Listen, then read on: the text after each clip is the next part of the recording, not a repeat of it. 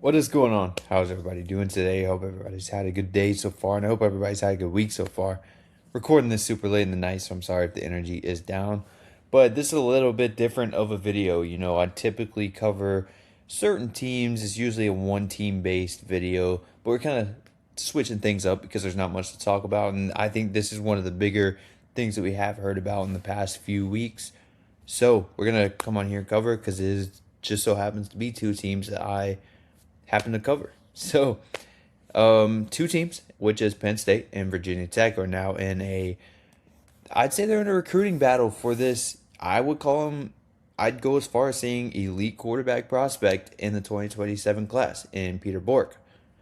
I think he's a phenomenal player, and I'm going to come on here and give you some insight on it, kind of let you know what to expect as a player and kind of where each team stands in terms of this recruitment, because right now it does seem like Virginia Tech and Penn State are the two front runners. Now, Peter Bourque just recently decommitted from Michigan. He's a four-star quarterback, and like I said, two schools that are leading the race is Penn State and Virginia Tech right now. He's a top 100 national recruit, number 7 quarterback in the class, or number 6 quarterback in the class. I'm sorry, and then number 8 quarterback in the class, according to 247 Sports. His junior stats: he passed for 2,241 yards. That was passing, by the way. I'm not sure if I said that. 18 passing touchdowns, 688 rushing yards, and 15 touchdowns. And also led Tabor High School to an undefeated season, won Gatorade Massachusetts Player of the Year. Now, when you look at his play style, he's kind of a pocket passer with a big arm. Bourque is typically known to be to have that strong, accurate arm that can really make all types of pro style throws, especially down the field. He does very good work down the field, and he has a very high football IQ, which I think is great when you're coming over from high school to college. It's always great to recruit these guys that do have a very high IQ of the game, especially at the quarterback position. Evaluators do note that he does see the field very well, makes good decisions, makes the right reads, and really lets the plays develop rather than forcing throws that end up being turnovers that you see with a lot of these young quarterbacks. So I think that's a very positive sign when you do watch his tape. Now, mobility and athleticism, he has a lot of that. Grew up playing lacrosse, so he was a former multi-sport athlete.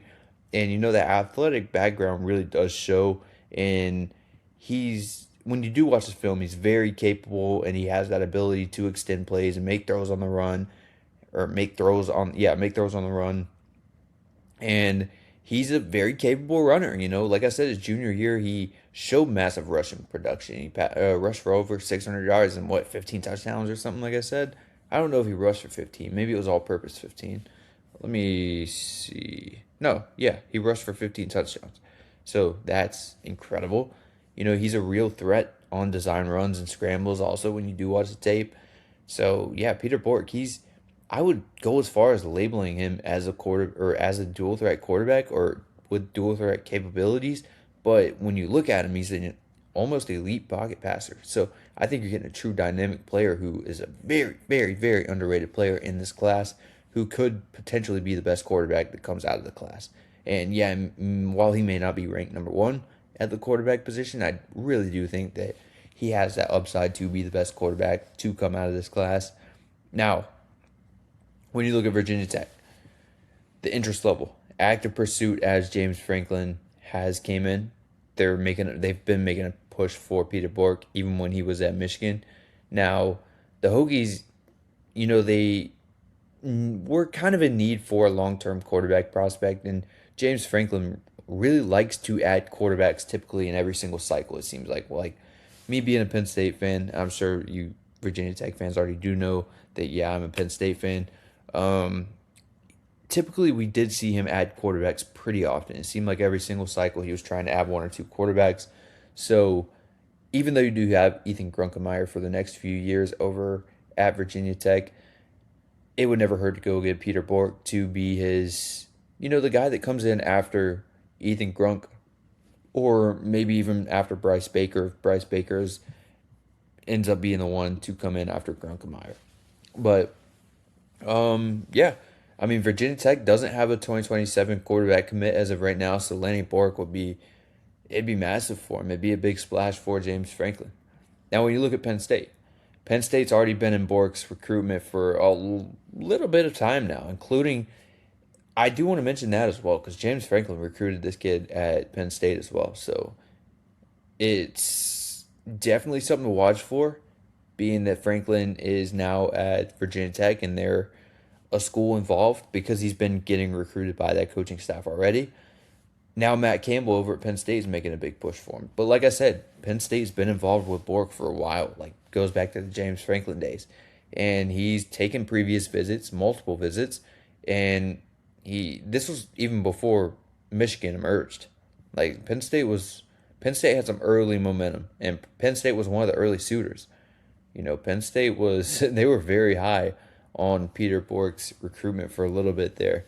And he has familiarity with the region, and recruiting staff gives Penn State an advantage with just pretty much everything. He's already taken multiple visits. He's kind of familiar with the area, being from Massachusetts, not too far away, kind of in that same recruiting area in a way.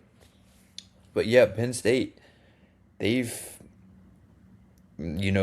Matt Campbell's looking for a big quarterback. He's brought in a few. He's looking to make a big splash because a lot of fans are kind of on him. A lot of fans are kind of down what Matt Campbell's doing. I don't think that's the right way to go about it. I think Matt Campbell's done a good job. Yeah, it's not the moves that you want to see, but I mean, he, as a new head coach, I don't think it's bad to come in and kind of revamp a program that was kind of left in a bad spot.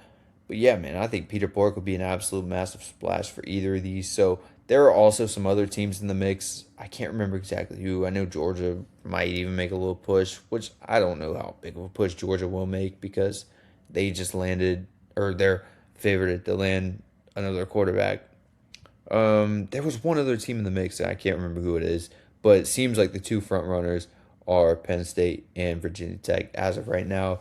And as it stands right now, I do think that Penn State has the early edge there because of the previous visits, because of the familiarity with the the whole program in general, and the whole town, everything, pretty much everything that these college kids go and look for. I also, like I said, Virginia Tech's emerging very quickly because Franklin's been recruiting it for a while. So if you're a Virginia Tech fan, I wouldn't get too discouraged, and also us Penn State fans wouldn't get too excited yet because this is not a done deal. This is not even close to a done deal, and I think you could see some major swings here. I think it might be a little bit of a roller coaster from here, but I do think Peter Bourque is a very, very underrated quarterback in this cycle, very underrated player in this cycle, and could be one of the best quarterbacks or players in general to come out of this 2027 class. So if you guys did enjoy it, greatly appreciate it. If you did, consider subscribing to the channel. It helps me out a lot. We're going to keep covering all the college football content since there's not much to cover on each individual team. While we're still going to do each individual team, we're going to be doing a lot of national recruiting stuff over these next few days, and probably some predictions going into next season because there's not really much content, not really much going on right now, so it's kind of hard to think of content. But yeah, if you guys did enjoy it, greatly appreciate. If you did, consider subscribing to the channel. Like I said, it does help me out a lot. Virginia Tech fans, Penn State fans, you guys have been awesome to me. Every single video that I post about your teams, you guys show me massive amounts of support, and I greatly appreciate that. So let me know down in the comments, both fan bases. Let me know how many people from each fan base are here. So if you are a Penn State fan, go down and comment Penn State. If you're a Virginia Tech fan, go down and comment Virginia Tech. So yeah, I greatly appreciate that, and I hope you guys did enjoy, and I'll catch you on the next one. Peace.